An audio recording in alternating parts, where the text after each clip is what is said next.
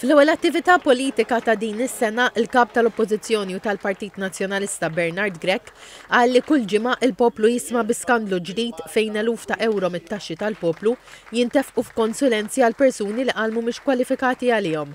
Fi-dialogu politiku fin-naxar, Dr. Grech qal li ftit ilu sar magħruf li l-eks Ministru Justin Caruana ingħatat somma mill-Gvern biex skontu iżomma kwieta.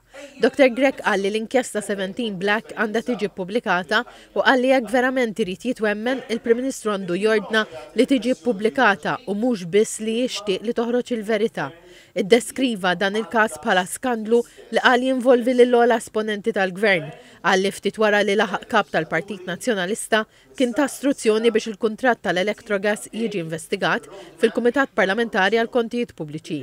Skont Dr. Grech, id-deputati tal-Gvern għamlu minn kollox biex id-deputati nazzjonalisti membri fil-PAC ma jagħmlux domandi u ma jtellgħu xhieda. Argumenta li dan sar bordni mill-Prim Ministru għax allega li dak kien il-patt imxajtan li kien għamel. Madankollu spjega Dr. Grech il-qorti konfermat iswed fuq l-abjad il-ħniżrijiet li qal qed iwettaq il-Gvern u sejjaħ il-proġett tal-Electrogas bħala monument ta' korruzzjoni.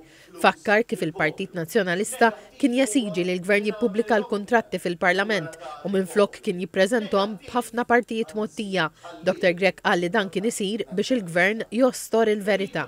Il-Kap Nazzjonalista refera għal 5 snin ta' Roberta Bela bħala Prim Ministru li ddeskrivihom 5 snin ta' U-turns, skandli u xogħlijiet fantasma u li skontu dajjef lil Partit Laburista. Bernard Grech qal li l-Partit Nazzjonalista se jkompli bil-ġlieda favur il-verità, qal li fl-aħħar xhur il-Partit Nazzjonalista beda proċess wiesa ta' konsultazzjoni immexxi minn Dr. George Vital Zammit biex iħejji l-programm elettorali. Tenna li se jibqa' jaħdem biex iġib il-bidla fil-pajjiż għax fi kliemu min bih ruħu ma jistax ibiddel il-paġna tal-pajjiż.